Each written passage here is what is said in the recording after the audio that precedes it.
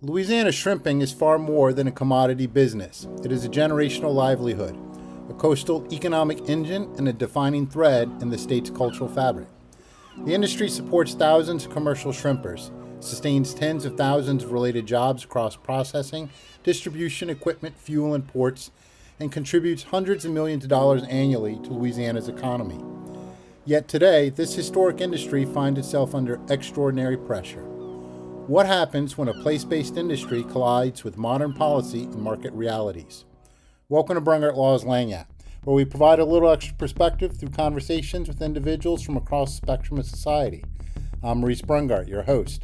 I enjoy engaging with experienced, knowledgeable, and passionate people for the opportunity it affords to enrich our own understanding of the world through their eyes. The more we learn, the more likely we can become better versions of ourselves, guide others towards the same, and perhaps have a little fun along the way. Today's guest is Acy Cooper, president of the Louisiana Shrimp Association. He is a third-generation commercial shrimper from Venice, Louisiana, with more than 5 decades on the water. A well-known voice in the Gulf shrimping community, Cooper brings frontline experience to his role as president, championing policy changes to level the playing field for U.S. shrimpers amid global competition and advocating for sustainable futures for coastal families and businesses. The Louisiana Shrimp Association is dedicated to protecting and promoting the state's wild-caught shrimp industry, advocating for domestic shrimpers on local, state, and federal levels, and working to preserve the cultural and economic heritage of Louisiana's seafood community. Welcome to the program, Acy. Thank you for having me. Well, why don't you share with the audience a little bit about what a daily life is for a commercial shrimper? How do you start your day? You know, we most of the time we fish at night, and we just get up around 5 o'clock in the evening, get ready, and go out. We start working, and we work all night long. Sometimes we come in 9, 10 o'clock in the morning, and we get fuel and ice, get our stuff back together, unload what we had the day before, and get what we need to go back out, and then we start to do it all over again. It's a continuous. Really, it's all basically a routine that we get into to do it. And we got different layers of boats. That some boats get fuel and go out and stay out for 2-3 weeks and 2 weeks. I have a couple of boats that we go day to day. So it's really get hectic at some points, because it's a continuous thing that we just keep doing. And for the audience's benefit, it's a seasonal operation, and we were just briefly talking before we got started about the 2 main seasons. If you could share with the audience what those seasons are. We have a brown shrimp season, which we call Brazilians. It starts in May, early May, and it runs through June, July. The end, July 1st or 2nd, it usually closes. And there's a transition from a brown shrimp to a white shrimp between there and May and August season. August usually opens. Used to be the third Monday in August, but we had changed some laws to where if the shrimp are big enough to catch earlier, then we can do that by. Yeah, like that. Okay, Did you hear that? Yeah, I can hear you now. And yeah, that's the phone. I'm sorry. No problem. Yeah, it starts in early August and it runs through the end of December. So. And that's the white shrimp season, right? Correct. Brown shrimp and white shrimp does not mix. So, it has to allow enough time for the brown shrimp to move off. When the white shrimp starts showing up, then the brown shrimp leave. And then that's the point that it changes over from brown to white. And in August it starts and it goes into and at December. Least, and for Louisiana, it's the Department of Wildlife and Fisheries that gives the green light to all y'all to get out there and start fishing, right? Correct. Yeah, the biologists go out there. The law is that 50% of them has to be 80 hundredths or greater before it can open. So that's a trigger point. Okay. And you particularly, on average, what's your crew size? I use me and one other guy. Myself, some of them use 2 to 3 hands. It all depends on the vessel and how big it is and what it does. We have outer trawls and we have skimmers. So there's 2 different means of catching methods. So generally, shrimp trawlers are just a handful of individuals at the most. Would that be fair to say? Correct. Yep. Just a handful. All right. And obviously, this is sort of a generational type business. Uh, Let the audience know how far back this goes in your own family. It goes back three generations shrimping. My father's father, and my grandfather, great grandfather, my father's father, and his father was fishermen. So it goes back a long ways in my family. We just, it's something that's just dropped down through generations. And, once you get it in your blood and you're raised doing it, is what you want to do. There's no other outlet that we could take but go fishing because that's what we taught. Yeah, that's what you learned and developed a flavor for, so to say, a taste for. Oh yes, once you start doing it, there's no turning back. You love the water, you love the outdoors, and it's instilled in you to where that's what you do. What has remained the same over time? I mean, the methods, the logistics, the boats themselves. Has that changed that much? Yeah, the boats change a good bit. The methods change for sure. It used to be just, well, back in the day was cast nets and little trawls, and then outer trawls, what they call it. And then there was dragging, trawling with the skips, the feed skips.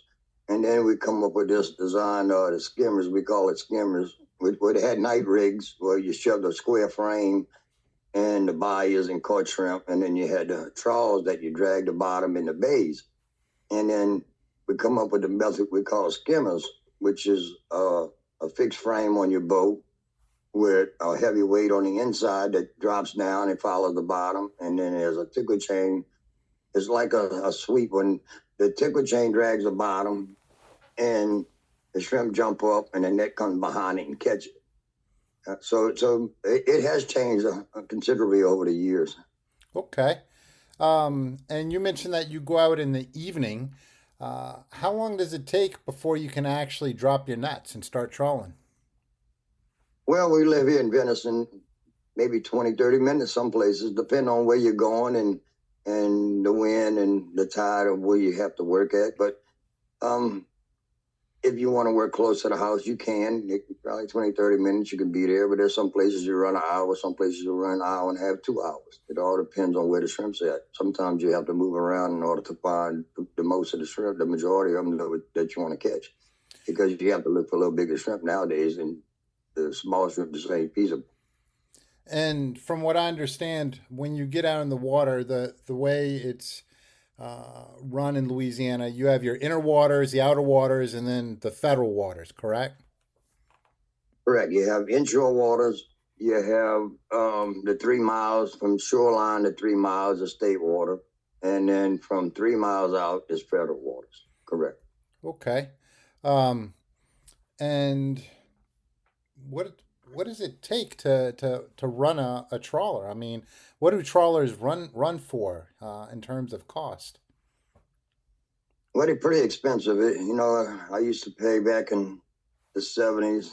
I started when I was 15. I'm 65 years old, so I was 75. The first diesel motor I bought was around $10,000. Okay. Today, that same diesel engine costs me $50,000. So it's really getting harder to sustain our way of life with the increases in the way things are going with the prices of the shrimp. If the price of shrimp would have went up with inflation, would have been okay, but it never did. It just went backwards. It Yeah, costs us a lot. I've It costs us. noticed over the years the volume of shrimp that's being caught, and please correct me anytime I misspeak. It increases, but the price has actually dropped in terms of revenue. Correct. Yeah, we in Louisiana catches around 100 to 120 million, depending on the price. Some times the price is up a little bit. We catch about 120 million pounds. Um, Average year is around 100 million. So there's no problem with the species. We have we have good management, and the shrimp are there. It's not that they're not there. And how did you end up becoming president of the Louisiana Shrimp Association? Well, we started an organization back in '89 called Delta Commercial Fisheries, and that was whenever they started taking the net bans come along and started trying to take our nets away from us from when we was fishing. And then as it went on, I was president of Delta, and a guy named AJ5 had come down here. I think it was around 2001 or 2002, 2001, and he was trying to get everybody together to get, to get something from Washington because we had a bad year that year, and try to get us some help. And I told him who I was, and we talked a little while, and then a little while later, he comes back about 2-3 weeks later. He calls me up and says, "Look, I want to start an organization, and I think I want you on the board." And I said, "I don't know about that, but I'll give it a shot. I'll try and see what it looks like. If I think I like it and I think it's going to go somewhere, then I'd be involved." And then it went to 2 other presidents before me, and then it just so happened the last president resigned, and I was vice president for all these years from 2002 to when I took over. And then I just pretty much stepped up in a row and started doing it myself. Well, I have a board though, Yeah. executive. So About how many members do you have? At one point we had over 1,000, but as the years went on, we started losing them because we're losing fishermen. So we probably have around 300 at this day in time, which is good compared to what the fishermen we have. Fishermen are hard to represent, man, because we're all independent. We have our own thoughts, and when things don't go your way, they kind of look at you like nothing's happening. So it's a hard industry to represent because we're so independent. Well, on that note, now, if someone is thinking of shrimping as just another industry, what are they missing? Oh man, you're missing a lot. You're missing outdoors. We watch the sunrise, we watch the sunset every day. We see the porpoises. There's things that we see that a normal person never sees. And that's what excuse me. That's what really gets you. You're the outdoors and you're free. You work like you want, but you have to work. But I see a lot of things that normal people don't see.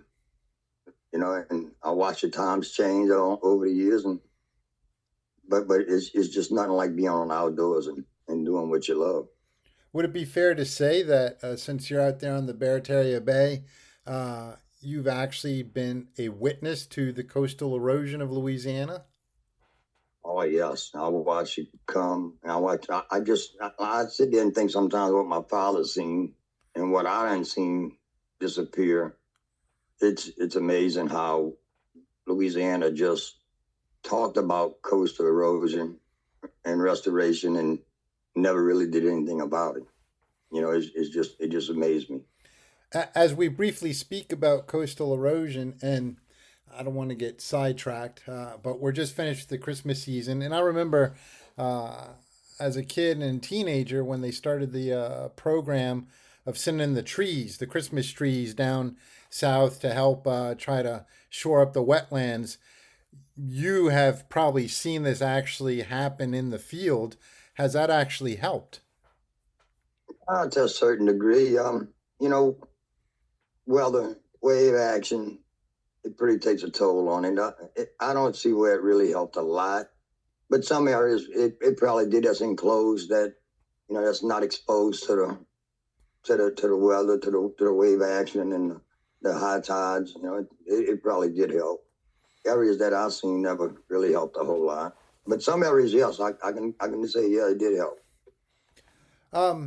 What's a break even, returning back to the conversation about shrimping and the fact that it's got more costly as a business? What is a break even shrimp price for folks in your line of work? Wait, it's hard to say. The prices we've been getting, we never would have survived if it wouldn't be for the amount of shrimp that we catch. The only thing helping us is that the volume is there. You know, in the 80s, I got $1 a pound for no matter what I brought in. I got $4 a pound for the biggest I brought in. Today, I can go back 2 years ago, last year, and at one point we was getting 40 cents, 30 cents, 50 cents for the smaller ones, and maybe, yeah, I seem to go down to 90 cents for the biggest ones. You know, that's without catching a volume, you couldn't make it. So it would have to be, if I just go back to where I was in the 80s, I think it'd be sustainable for me to make a living with because of the volume I'm catching now because of the boat loss. But it'd have to be to a point where it's high enough to where I can go. $1 a pound for the smallest one would be a break even, and maybe make a few dollars if the volume is not there. And how was the last season for you? But the last season was pretty good. You know, we caught the shrimp, and the price wasn't great. We got around 80 cents, 70 cents for the smaller ones, $2.50 for the big ones.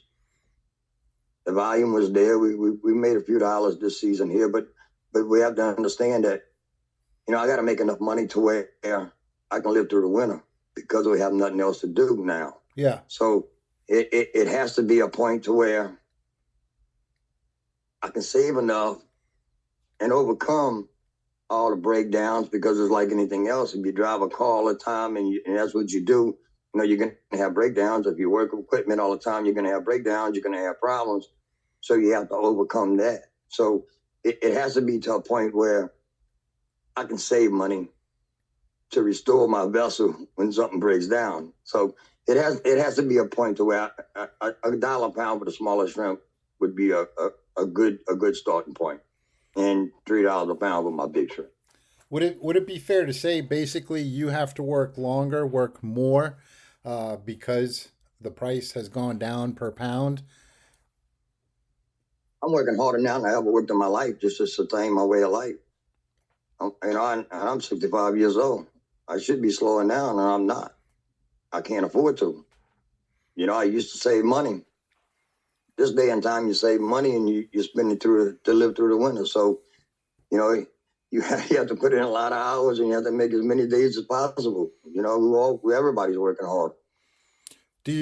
So would it be fair to say, from what you can recall, you're working harder than when your father was a shrimper? Oh, yes, no doubt. No doubt. I didn't have to work near as hard and made more money in the 80s than I do now. And you can just look at the times, how much inflation went up and the way things are today. Just by looking at your groceries and your light bills and your fuel bill.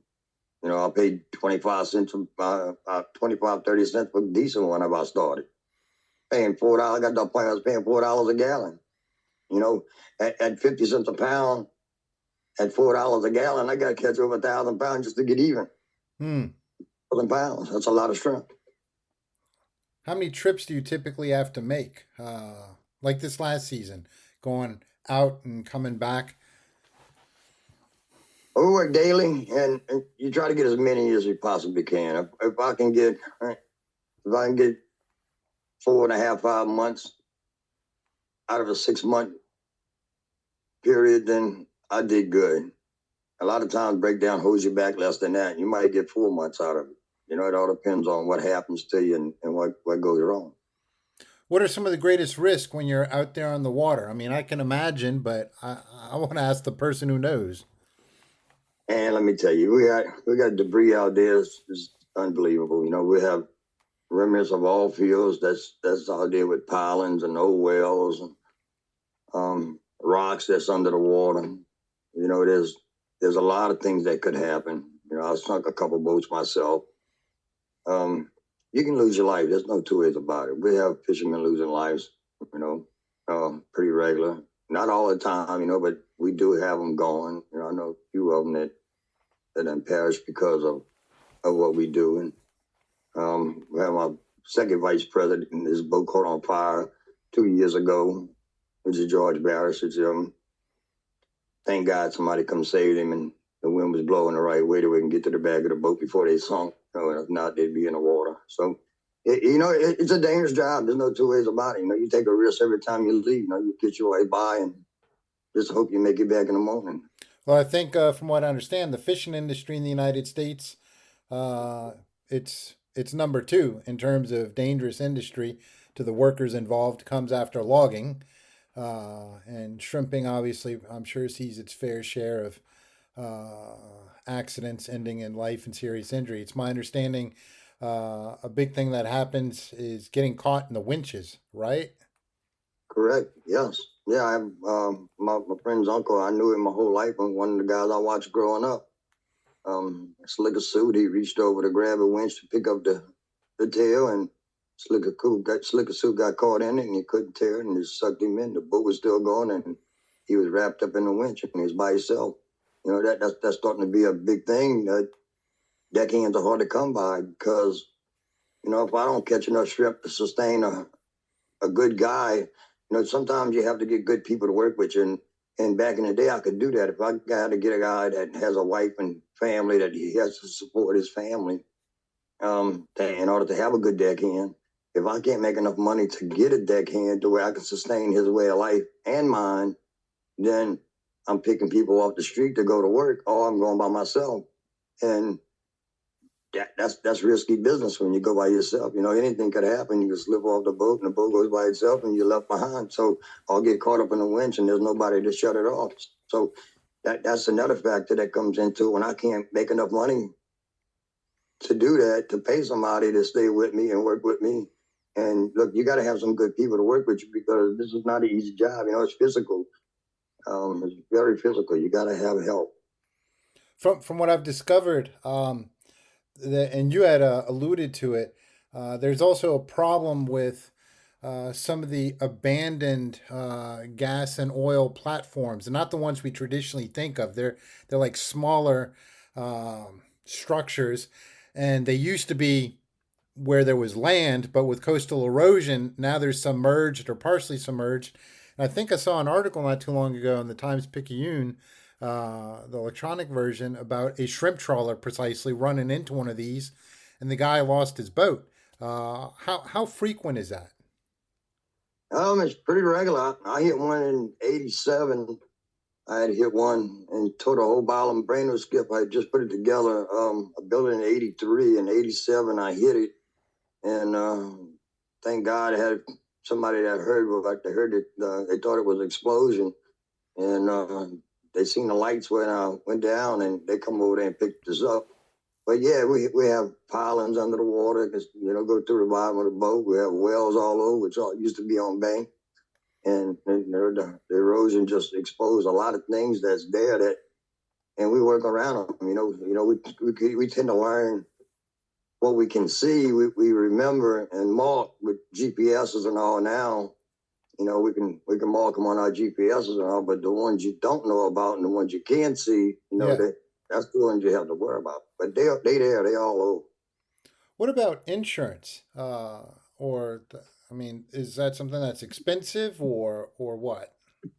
90% of the fishermen can't afford insurance. There's, you're on your own unless the oil company it happens to be in business and liable for it. But most of the time, they find you just as liable as the oil field. So if you lost $100,000 and they find both of you at fault, then you're not going to get what you're gonna to put it back together. You're not going to get enough money out of your vessel. There's a lot of things, a lot of things coming to play right there. And I take it's the same also because a lot of y'all are independent. The same thing is for health insurance. You got to fund your own health insurance, correct? Correct. Yes. Everything, and that's a big problem. You have to fund your insurance. We don't have 401k. We don't have money put up to for when you get old. I'm 65 years old, and I'm still working as hard as I did back in the day. I had a little sickness. I had a little money saved. I had got sick, and I was out for about a year and a half. I didn't think I was going to make it, but God's good. He brought me back, and what I did have saved, I had to use. So now I'm working as hard now, like I said, as I was before. We don't have retirement. We don't have 401k, and all the money we make is spent through the wintertime for us to live through the wintertime. So we got to put up a little nest in order to get your vessel back right again for May season, because every May season we pick up our boats. We try to get everything back to par and to where nobody gets hurt and fully break or something faulty equipment on the vessel to where anybody gets hurt. We have to do the maintenance and get back going again. So we don't have nothing to fall back on. Majority of fishermen has nothing but what they working with. Talking some numbers here. So there's about 15,000 jobs in Louisiana that are directly or indirectly tied to shrimping. And we're talking about a $1.3 billion annual economic impact across harvesting, docks, processors, fuel, etc. Does that sound about right? Yes, it's down. It used to be at $2.4 billion, but now we're down on $1.3 billion. You're correct. Okay. And is it also correct that over the last 25 years, it's gone from, in Louisiana alone, because there are shrimpers in Texas, Mississippi, Alabama, that in Louisiana, it's gone from about 11,000 shrimping vessels to about 1,500? Right. And that goes to show you what's happening to the industry. Is why we fighting so hard now. The imports and the structure that the federal government is allowing to happen. And the World Bank, we're fighting the World Bank for lending these guys money. That's at 1,500 license, we're not far away from kissing this industry by, because it's not going to take long if they don't make money for more people just to drop out. If everybody's sitting on the edge of the fence and don't know what's going to happen tomorrow. Well, talking about that, and you mentioned the World Bank. So about 90% of the shrimp that's consumed in the United States is imported shrimp, right? Correct. Okay. And then the remaining shrimp, that's obviously, the wild caught shrimp here in the States, and Louisiana contributes 3.5% roughly. So, that's a significant amount for the amount of shrimp that's consumed here in our country. So, I can conjecture, but again, I'm asking you, why is it 90% of the shrimp that we're consuming here is imported? If we have so much volume in the Gulf. You just said the numbers, and we probably had 20,000 licenses in 2000. So when these countries start dumping shrimp into the country, they're looking for market shares. And once they gain market shares by low prices, then that's what happens when they overtake you. It's like a strategic. They knew when they started farming raising these shrimp, and they started bringing them in here, India, Indonesia, Thailand, they all started fighting themselves on dropping prices. And as they dropped prices and dumping in here, they drove our prices down with theirs, because restaurants, the Cisco's in the world, they all start buying from them, and they all start using these cheap shrimp, thinking that they're going to save $1. But they don't realize what they're doing to the people in this country when they do things like, it's me today, they may be you tomorrow, whoever's listening, of what's happening here. Once they gain market shares, they drive up our prices down, then it's not sustainable for me to go to work anymore. And that's why you see the boats go from X amount to where we are today, because they drove us out. We used to be 100% of the market before these pond-raised shrimp started coming onto the market. We have 8 states that does it: North Carolina, South Carolina, Georgia, Florida, Mississippi, Alabama, and Texas. We was the one providing shrimp to the country. But once they did that, they drove. It's not only Louisiana having this problem. I have an organization that called USSC, is United States Shrimp Coalition, and it consists of all the states. We talk, we all together. We just did anti-dumping. We all having the same exact problems that Louisiana's having because of market share. Well, what do you say to folks, that, well, the shrimpers overseas, they're just like you. They're trying to make a living.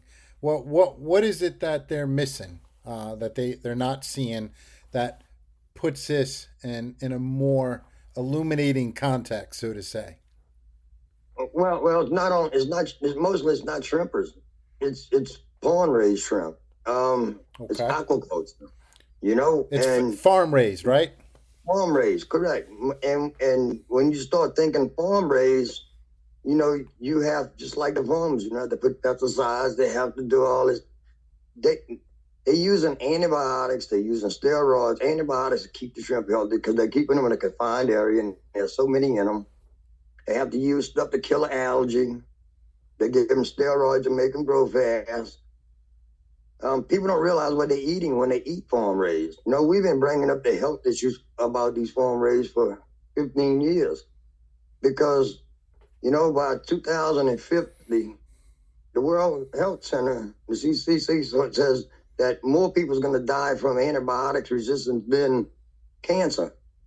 Now, it's heavily in these shrimp. We done proved it. Here in Louisiana, LSU did a study. I think it was 80% of them come back with banned antibiotics that's banned in the U.S. Right here in Baton Rouge, at random stores. So do you want to feed your family? And look, that's something that we have to do. We have to start targeting the mothers of the state in order to educate them. And I've been preaching this for years. Education is going to be the key for people to realize it's not only helping us, and it's not only, I advocate because I want better prices and I want to keep the industry living, keep you surviving because it's generational. But you have to realize when a mother goes buy shrimp out of a grocery store and you're looking at one maybe $1 more than the other one, realize why you paying that $1 more. Because it's so much better for your family than it would be buying this cheap shrimp that you don't even know where it came from. India's one of the dirtiest worlds in the country, in the world, dirtiest country in the world. So think about where that shrimp's coming from and what it took to get it in that bag and where it's coming from. And that's something we have to do is educate them. Okay. So there are antibiotics in the farm raised shrimp in addition to whatever else they're doing to treat the water, the steroids you had mentioned. But considering 90% of the shrimp we're consuming in the States is precisely that type of shrimp, have there been any documented incidents of folks having health conditions that can be tied to this as of this moment? Not saying that there's not, just. And look, that's one of the biggest issues because they never tied it together yet. But we know it's in there. We know the testing's been there. And like you said, I know a couple of people that told me, and this is just me, one of my attorneys went to eat somewhere else and knew it was the shrimp. She got sick and she knew where it come from because of that. But that's one of the biggest problems we have, and it's trying to connect the dots. It may not be right this moment. It may be over time. We don't know. But, and you're right, Doug, I agree with you on that one. Okay. We just can't connect the dots. We just need that. When people goes out and eat shrimp or seafood and happen to get sick, they need to report that because it hasn't been reported enough.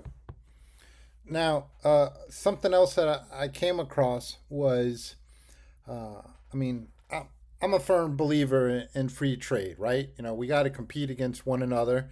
whether it's me against you or my neighbor across the state line or another country. However, you know that always the devil's in the details, like to say. But how free is the trade, right? Right. And has the game been stacked? And in this particular case, a lot of these shrimp farms that the imported shrimp is coming from, we in some part actually funded those through other organizations or our own, say, interest in trying to help other countries stimulate, grow their own economies. But now those farms benefiting from the taxpayer dollars we invested are subsidizing those industries, and it's hurting folks like you. Is that more or less correct? You're correct. You hit the nail on the head. The third world countries, and look, and you hit it on a good point right there. Our government wants to help the people of the countries, the people. But what winds up happening, if you go look at India, there's documents showing, and one whistleblower that went over there, he got a job in one of them, the shrimp farms. He was going to get paid $200,000 to run the farm. He worked 2 months. He documented all that was going on. They're sleeping on the floors. They have no sheets on the bed. They got bed bugs. They living above it up there, up top of the plant. People trying to leave, they won't let them leave. So if you want to help the people, you help the people. But you're helping governments that don't even like you. And that's my biggest pet peeve with that. Why would you give so much money to countries that's abusing their workers, slave labor, women labor, child labor? It's all documented. It's all there. Why would we don't allow it here? We don't condone it in them countries, but yet we fund it and let it happen. Why we don't stop that? Why we don't take a look at them and say, hey, I think they got paid like 50 cents a day. They had to pay 25, someone that worked outside of the plant had to pay 25 cents to drive to get to the place to work. So they're not making any money. So it's not helping the individual person or families in them countries. You helping governments, because it's all government ran. So the government's getting the money and not the people. You're not helping nobody but that government put that money in his pocket to hurt you that they don't even think, they don't even like you. So when you are an advocate for tariffs or shrimp quotas, import quotas, or both, it's not because you want to be protected from the competition. It's because you want to level the playing field because you're already operating under severe regulations, right? Correct. Correct. I recall growing up when the TEDs, and you can explain that to the audiences, were first being implemented and mandated on the industry. But I think a lot of people are totally unaware of those devices. Why don't you share for the audience what that is? Well, TED is a turtle excluder device. What it does, it goes. My dad and my generation, my family always told me to fix the hose in my net because you lose shrimp out of it. Here, TED it's a round bar with 4-inch bars, a round circle with 4-inch bars in it. We have to put a 42-inch slit on top of our net to when a turtle or something goes in it, it hits that bar and it shoots them out. Well, it works in deeper water, but those studies still show that TEDs kill more turtles than the regular nets do. Trying to implement it in inshore waters, and I'm in fighting. I'm in Fit District Court right now. We're going up the chain. We disputing it because we did a bycatch study because they kept saying that we catch 100 pounds of fish to 2 pounds of shrimp, and we want to dispute that. So we did our own bycatch study. I said on Louisiana Shrimp Task Force for the governor. We funded the task force, used the same people NOAA uses. Man, we come out beautiful. 500 and something hours, not one turtle. So we've been fighting this TED issue. And look, we are some of the most conservation people, than more than conservation people are, because we have to rely on this tomorrow, next year, 10 years from now, our generation to come. We don't want to kill anything that we're not going to sell or eat. We want that to survive. But forcing us to put turtle excluders in our nets when we lose so much, because we got these dialect crab traps, old crab traps that sit on the bottom. We have logs, we have water lilies, we have all kind of stuff that goes in our net and hits against that bar. And what happens is it's like putting a wall, and the shrimp don't go in the tail no more. You have to understand how the net's built. We have the front of the net, which we call the body. Uh-huh. Then we have the throat where it goes down. And then we have the tail where we pick it up at. Now, between the throat and the tail is where the TED goes. Now, as the shrimp and all going back to hit this TED before it gets into the tail, if there's pressure there and water pressure, it shoots it right out the hole. So we wind up losing more than we save. Any obstruction in that TED, turtle excluder device, we lose the money. You know, it just throws everything out the net. We don't catch anything no more. In that side, if we catch something, one side come up with 5 baskets, and the other side come up with a half a basket, which are maybe 400 pounds or 300 pounds or 200 pounds, whatever it may be. The other side, I have 25% of that. Speaking of the device and the shrimpers involved, the average age of a shrimper is 58 years old, right? Correct. So I take it you're not getting any new shrimpers that are going to sustain this in the long run. Is that correct? There's a couple of different ways that I think that it could happen. It could happen if things change. Okay. All right, come back. We'll come back to that one in a moment. So internally, Gulf shrimp labeling and consumer deception. You know, we got our own people in Louisiana who are saying, "Hey, come have some, Gulf of Mexico shrimp." It ain't from the Gulf of Mexico, is it? No, indeed not.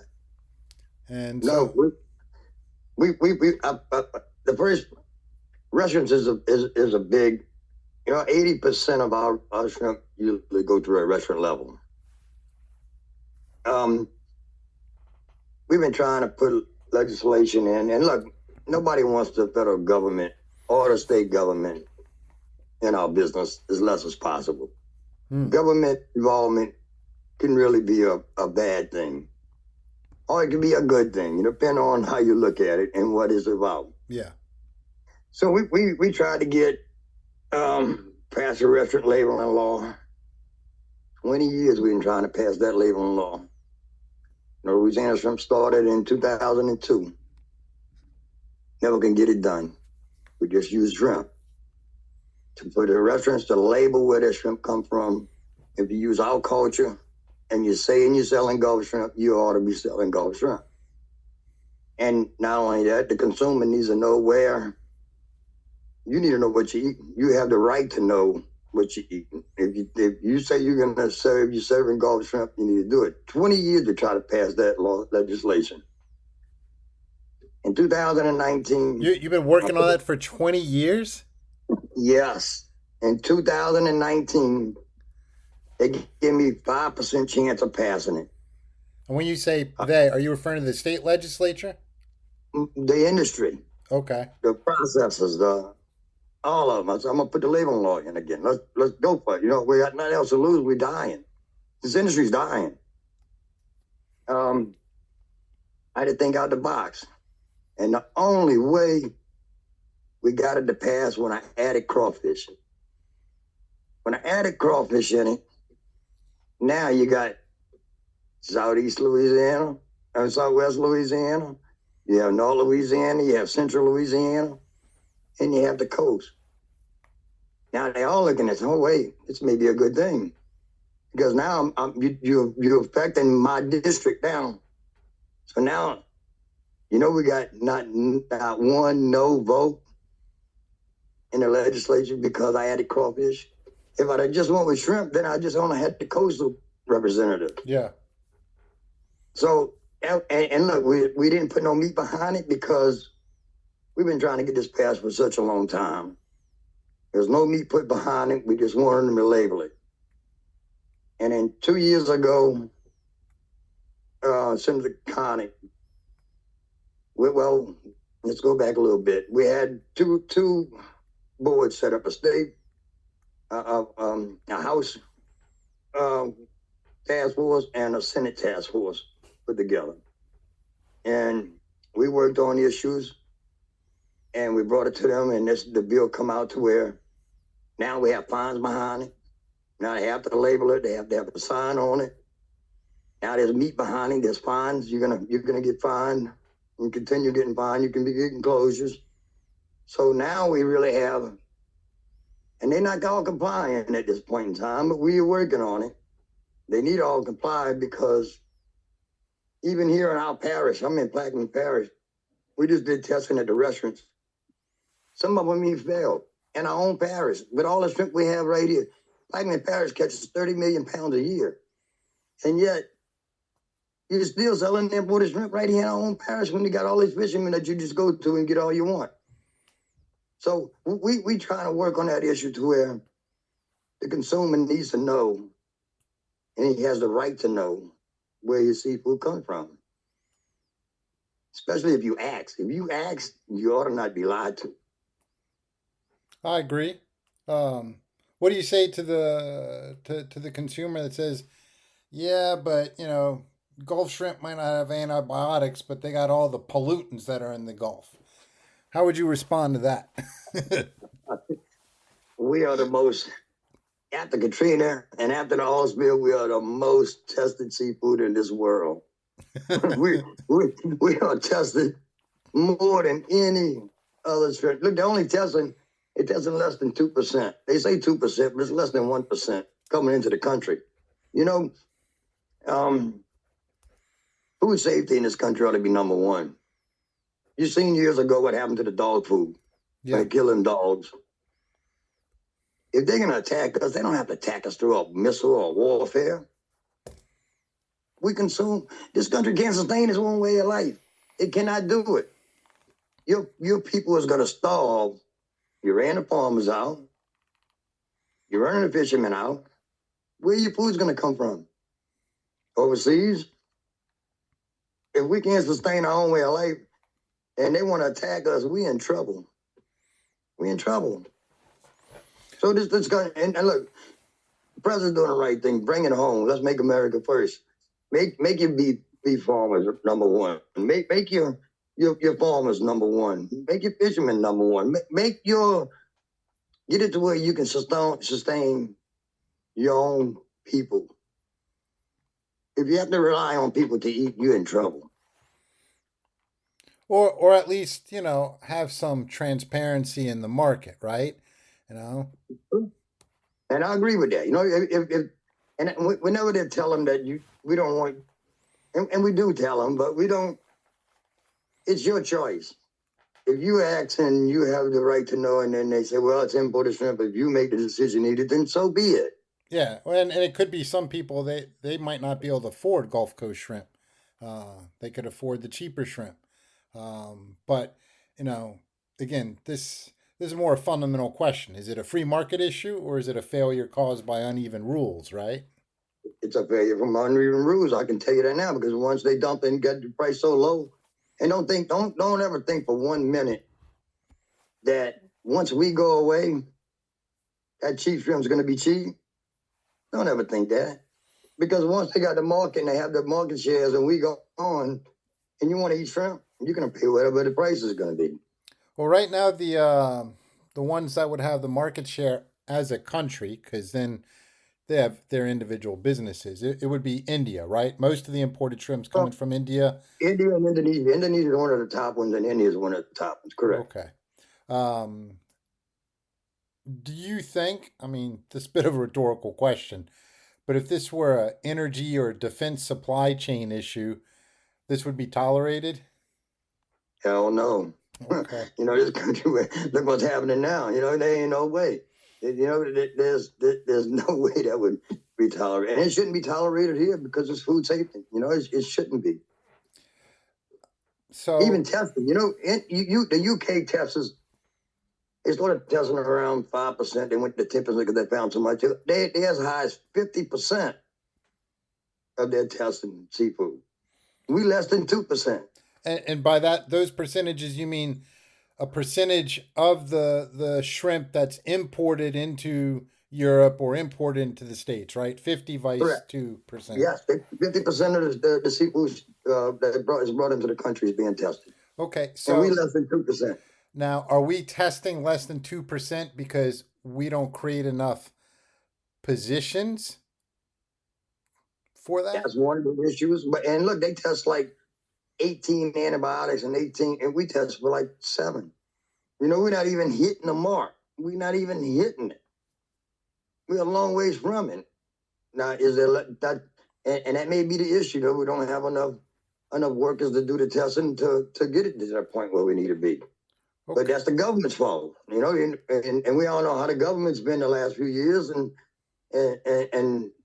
it's all one-sided. They're not worried about me and my job. They're not worried about the farmers that's been out going, that's been in generational, brought down through generations, and had to sell the land because they can't afford to run the equipment no more. They can't pay for the equipment. They can't have their land on where they want them selling. Big corporations come in and buy them up. Well, that's what's happening. The big corporations with these, it's killing.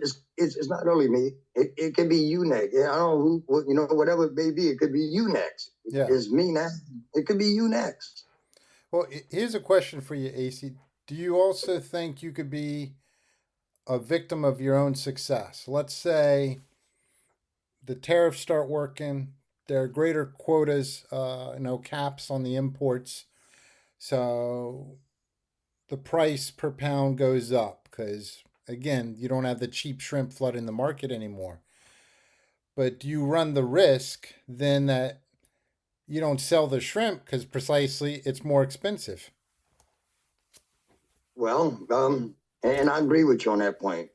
I've seen some fisheries to that point to where it's got repercussions. It does have a negative effect.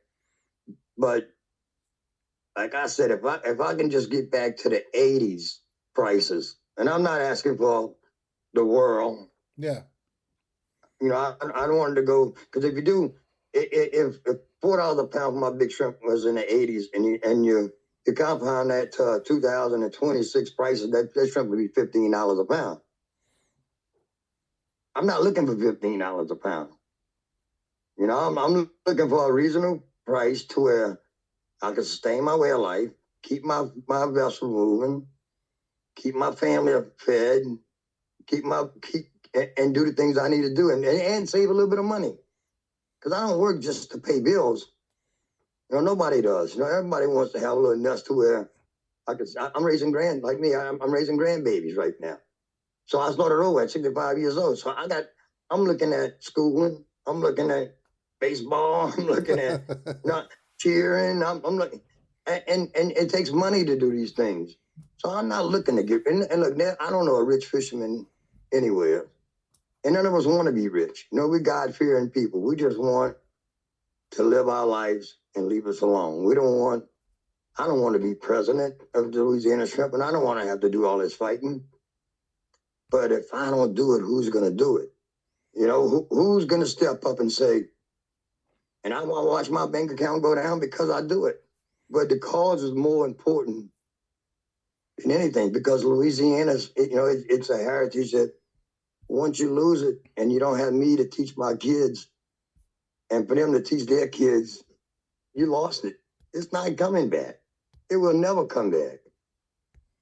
And I'm not saying Louisiana shrimpers will go away completely.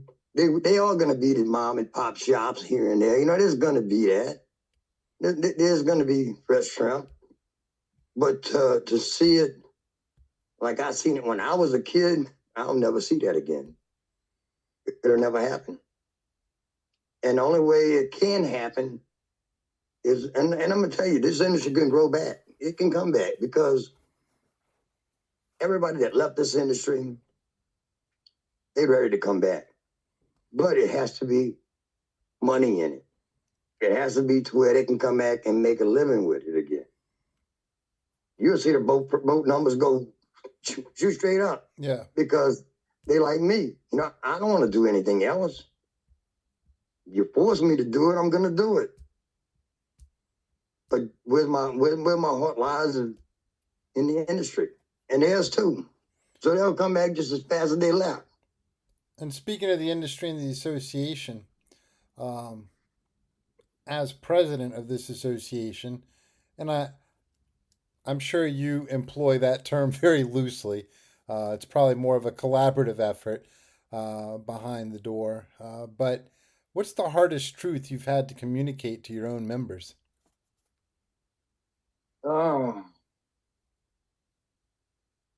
that it don't look good sometimes. Sometimes I have to tell the truth that, I'm not God. I can't make things, snap my finger and make it happen. That, it may not be a comeback. And that's something hard to swallow. And all I can do is tell them that we're not going to give up till it's over. That's one thing that we're not going to do. Louisiana Shrimp's here to stay. I have 14 board members that's behind me. I can't just do what I want to do. I have to listen to my board. Yeah. And the board tells me what to do, but they give me enough slack to where I can do it. But just to think that it may not ever come back again. That is, we may not survive this. We so far down now, as you mentioned earlier, the age, the numbers coming in when you bring 1.7 billion, 2 billion pounds in a country that only consumes 1.5 billion. Where's your place at? True. Where's your place? If they only consume 1.5 billion and you bring in 1.7 billion, that's 200 million pounds sitting in cold storage before you even go to work. So where did that leaves you at? It's that's a hard pill to swallow.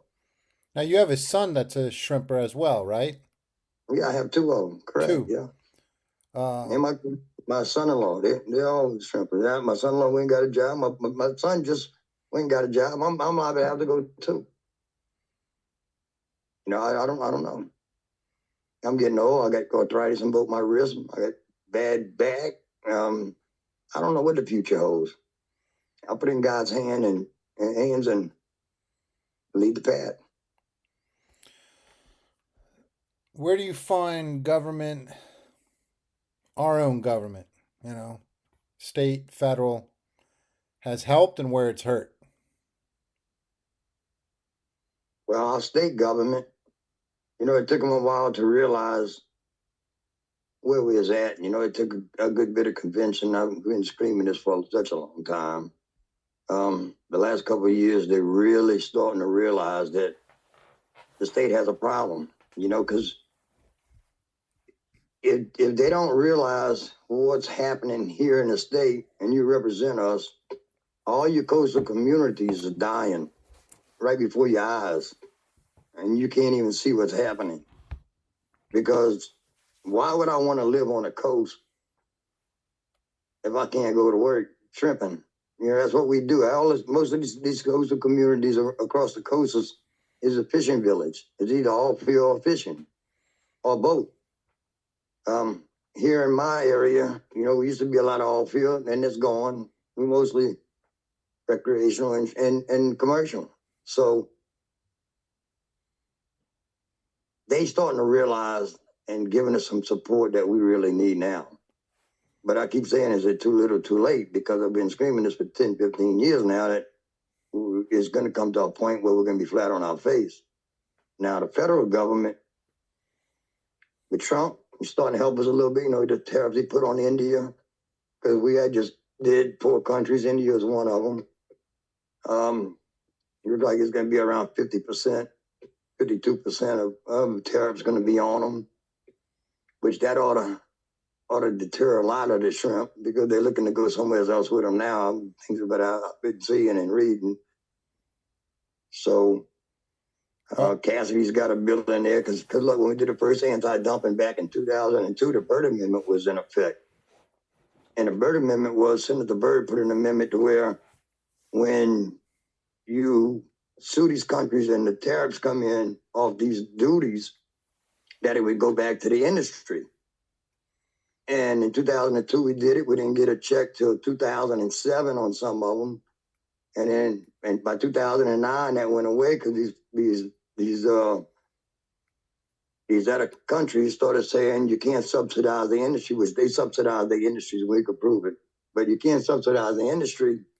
And that Byrd Amendment went away. And now the tariff money coming in from the anti-dumping is not going back to the industry to help the industry, which we paid for it. But it's not coming back to us. We filed a lawsuit and we paid for it and can't get the benefits from it. So now Cassidy has one up there now for the crawfish and for the seafood. So hopefully that once that goes through, and if it goes through, then some of that money can come back. And what it does, come back to us. And what it does, it helps pay for our equipment, our expenses. It's not money they give to us. It's money that goes towards our expenses and our breakdowns and our fuel and things like that. It's not a check in your hand. It's just what your expenses was. So that would help tremendously to help us through what we're doing. So the federal government is starting to help a little bit. Now that Trump's in there, the past administration, we couldn't get nothing out of them. I've been going to Washington for 20 years. In fact, I'm leaving on the 27th this month here. And we're going for 4 days and we're going to walk to here because we our own lobbyists. We can't afford a lobbyist. We through the task force we had hired a couple of them, but we're our own lobbyists. We do our own talking and do our own fighting. So we'll leave on the 27th. I think I'll come back on the 30th. What are some of the stories you think that don't make it to the policy hearings? The dire need of what's happening to us. It doesn't get to them. It doesn't get to the right places. I did meet with, now that Trump's in there, I did meet with the Secretary of Commerce, the Secretary of Labor.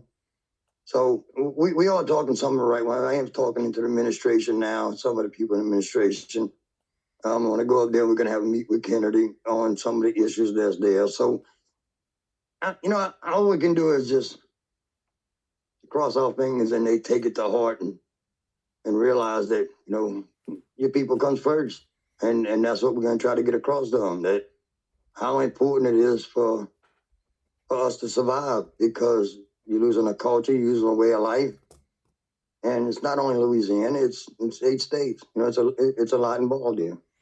Considering last year that some of the tariffs the administration put into place and they went back and forth on, well, it's going to be this much. Well, no, they lessened it and then they went back. Are you worried the same thing might happen with shrimping and then the tariffs are turned off and the market gets flooded again? Well, you see what happened last year was when they started talking that back and forward, when the foreign countries heard about it and they started catching wind of what was going to happen. Excuse me, they started pouring shrimp in here. I don't know. I hadn't seen the numbers yet.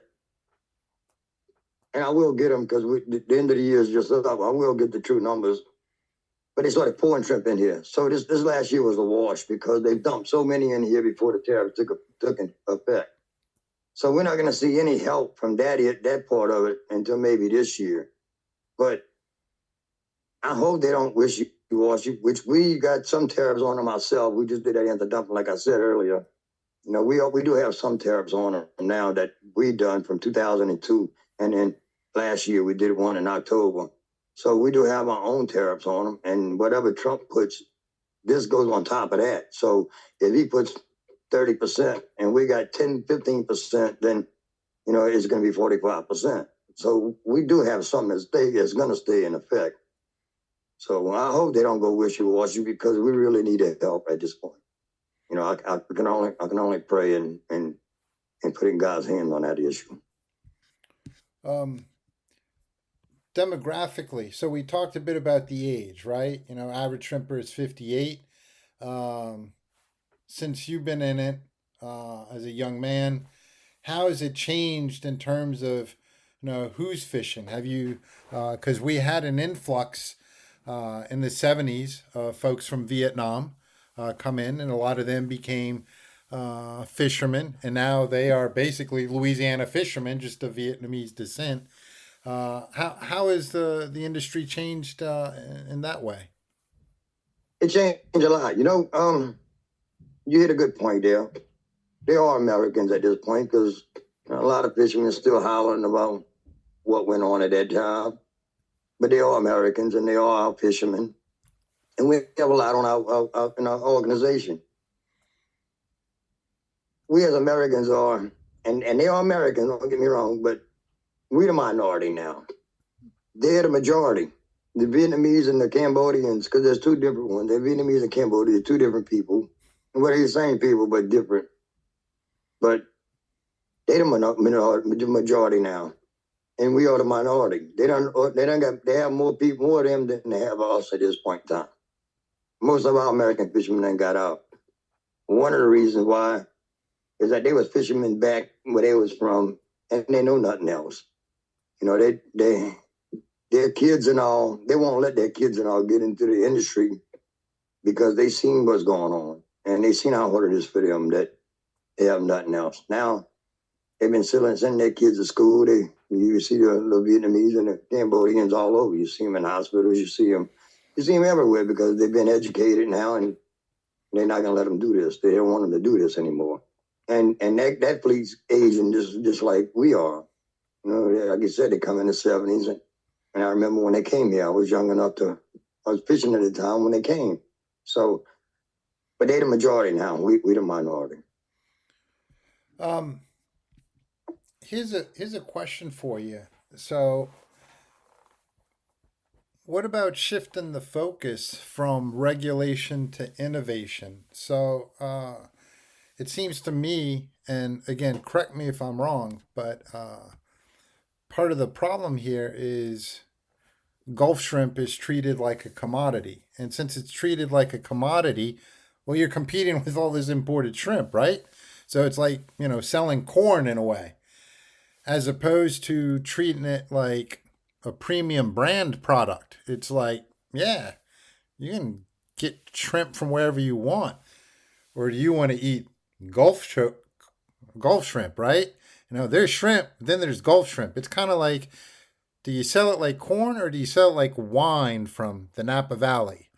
And do you think that approach could help the industry grow? So regulation vice innovation. Because I remember years ago when the crawfish industry was going through its own series of problems and challenges, and I'm sure they still are, but they ended up discovering Sweden as an untapped market. And, the Swedes wanted a particular size crawfish, particular weight, all the legs had to be on, and they were willing to pay, higher prices to get that type of crawfish. Do you think there's an opportunity for that with you and your colleagues in the industry?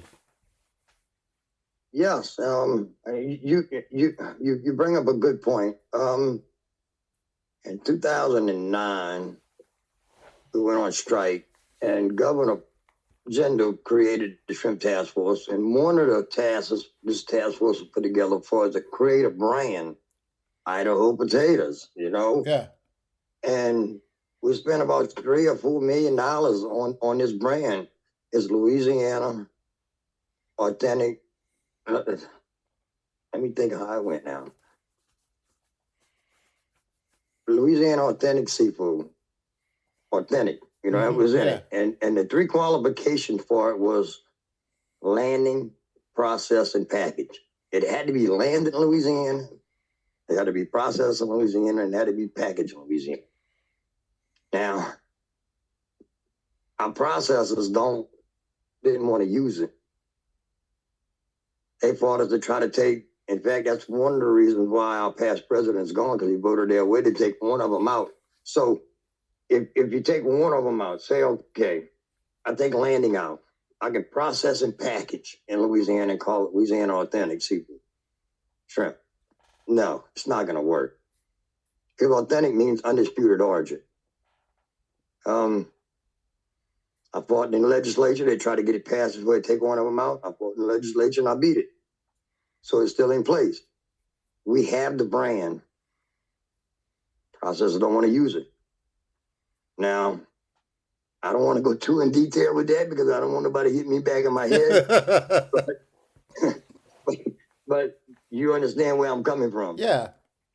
So there's issues in the industry with the processor side of it that they have WASI, Wild Caught American. They want because ASPA is Louisiana Shrimp Processors, and ASPA has a brand they'll sell. And that's where I beat them at the legislature. That they have their own brand. They don't need ours. Let us use our own brand. Let's get our processors to use it. We can't get them to use it because they're saying that they can't distinguish where that shrimp come from, which you find from Louisiana docks. You know what comes from Louisiana docks and what you get out of Mississippi or Alabama or wherever. You know what comes in. You can keep them separate. We have issues here in our state. We have issues in all the states. We call it commingling.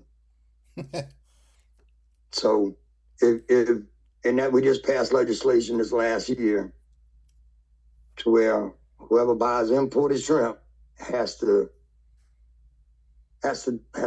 write it down, has to show where they bought it, have to buy a license, and they have to show.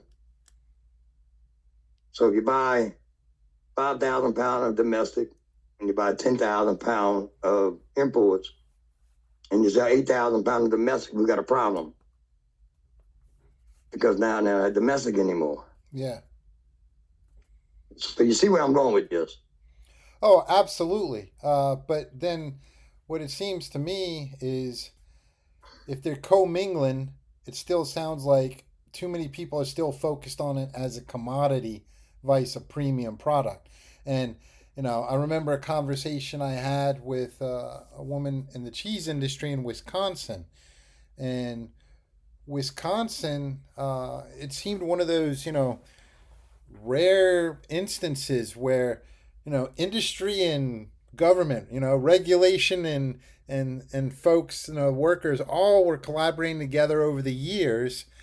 And I'll have to reach out to her now that I'm thinking about it. But again, there's some similarities. They want people have to be certified as cheesemakers. There's a whole variety of regulatory processes, but instead of being inhibitors to the industry, it protects the industry and it actually fuels it because they focus on, and this goes to what we talked about before, health. They never want to see a recall involving cheese out of Wisconsin. And they focus on healthy and quality cheese. And again, from what you're describing, it sounds like there are opportunities in Louisiana for this, if not across the Gulf. And maybe it's not a Louisiana shrimp thing, it's a Gulf Coast shrimp. But again, innovation vice regulation. But that's probably a whole other discussion for another day in a way. But it does seem that there's an opportunity for it, right? The opportunity's there. And look, I've been pushing it, and I may bring it up at the next task force that, we need to get back on it. There's something that I don't want to leave lie down because, when you say Idaho, what you think of? Louisiana, you think of seafood. We want that brand, and we should have that brand moving forwards. Um, just to get everybody involved and get them to do that is the bigger issue. We can do it. There's no two ways about it. We can do it. There's not a store or a chain in Louisiana you can go and find Louisiana shrimp. Not one says Louisiana. Which, what are we known for?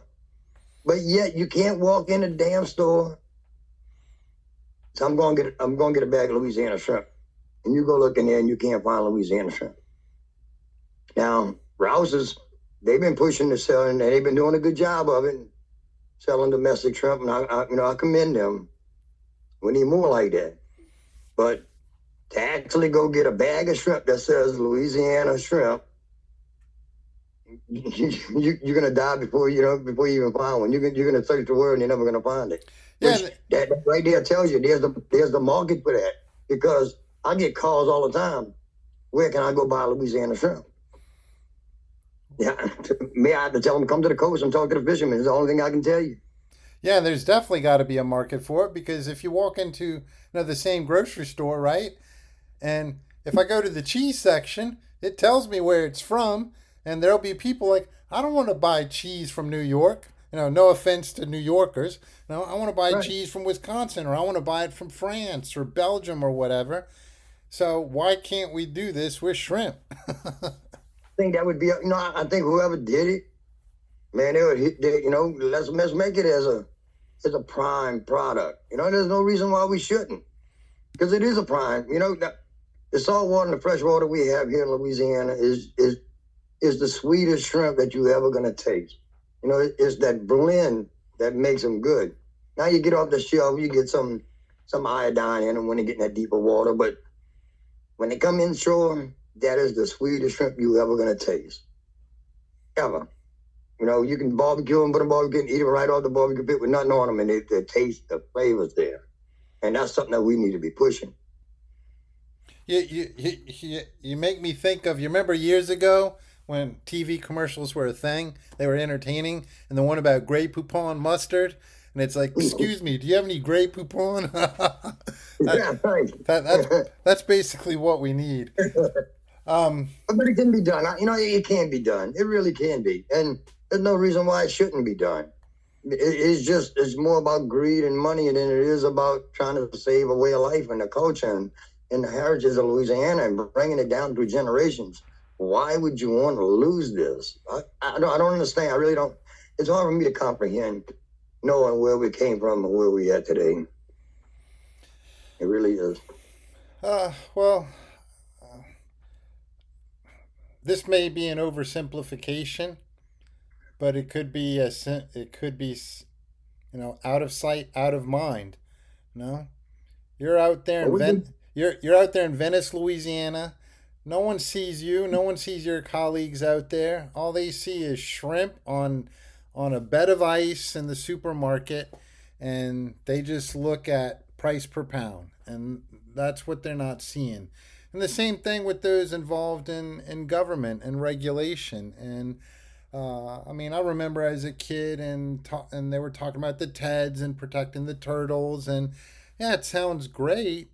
And yeah, we do want to, protect our Mother Nature out there. But then, it's at what expense, right? right, And then do we end up, good intentions line the road to hell, right? You know, right. we want to do the right thing, but are we creating so many rules for our own folks that we just weigh them down until they get crushed? And you had a good point, because Noah's study clearly says that half of Louisiana, they call us part-time because we seasonal, Yeah, which we're not part-time, we all the time, but they call us part-time because we're seasonal. So half of the part-time strippers will fade away. They knew this when they did it. It's in their own study. It's in their study. They knew it was going to hurt us to a point of no return. They knew it.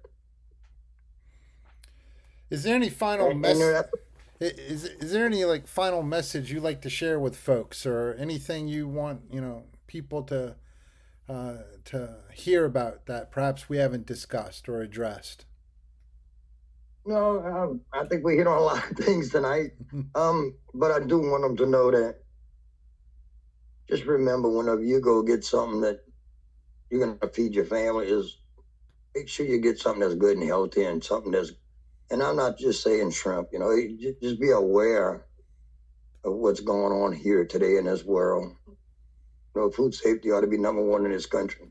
And hopefully if you do go get shrimp that you take a good hard look at it and see where it's at and where it comes from and what's in it and do the right thing. And if you want good seafood, just if you can't find the stores, just come to the coast, man. Look, we got a lot of people that's on Facebook. We got a lot of people on Instagram. We got a lot of people on TikTok. Just find one of them and go meet them. Go see. Put a face to that shrimp and see what it's all about. If you live in Louisiana, you ought to come see. If you've never seen it before, you need to come see because it's a big part of Louisiana that you will fall in love with it. We're good people. We're not here to hurt anybody. We don't want to get rich. That's for sure. We're never going to be rich, but we just want a way of life that we can just live our lives and do the right thing. And just make sure you come find your fishermen and connect the dots and say, hey, man, this is what it's all about. I'm not only eating the right good stuff, I'm helping Louisiana in the midst of it. Well, what do you think would happen if the shrimp industry in Louisiana, dies? What are the ramifications beyond the shrimp? A lot of people is going to be out of work. Like the older guys, that's all they ever done their whole lives. Who's going to hire them? What they going to go do? What is that family going to do? What is Louisiana going to, you're going to put more on welfare. You're going to put more on food stamps. They're going to be elderly. You're going to be taken care of. And because we worked, my dad was 86 years old when he died. And we want to work till we can't work anymore. We don't want to be on welfare. And I hate to even think about what it's going to look like when the marine is empty and there's no boats in there and there's nobody down there working on their boats. And because you got to remember, it's a lot further than boats. You're talking about hardware stores, you're talking about motor shops, you're talking about net shops, you're talking about grocery stores. It's a long list of things. It's just it's gonna really affect Louisiana in a negative way. Well, I guess the idea is, we do something about it then. That's what I'm talking about. Jump on board with me. I've been screaming a long time. They know me now. They all know me, but to get them to listen, knowing you and listening to you is two different things. Well, I'm more than happy to learn as much as I can from you and support you in any way I can. And this is one way I think I can do it. Just communicating your message out to wider audiences, and hopefully they'll pass it along. I appreciate you sharing your experiences and observations. And to all those on the Gulf Coast who are providing the best tasting shrimp Mother Nature has created, thank you. To our listeners, thank you for joining us and listening to another episode of Brungert Law's Lagniappe, where we just believe the devil's in the details. Invite others to listen. Hey, Acy, again, gratitude. Thank you for having me. Thank you for letting me hear our story. It's not just mine. It's a Louisiana story. It's not only Louisiana, it's the 8-state story. So remember that one. Privilege was all mine.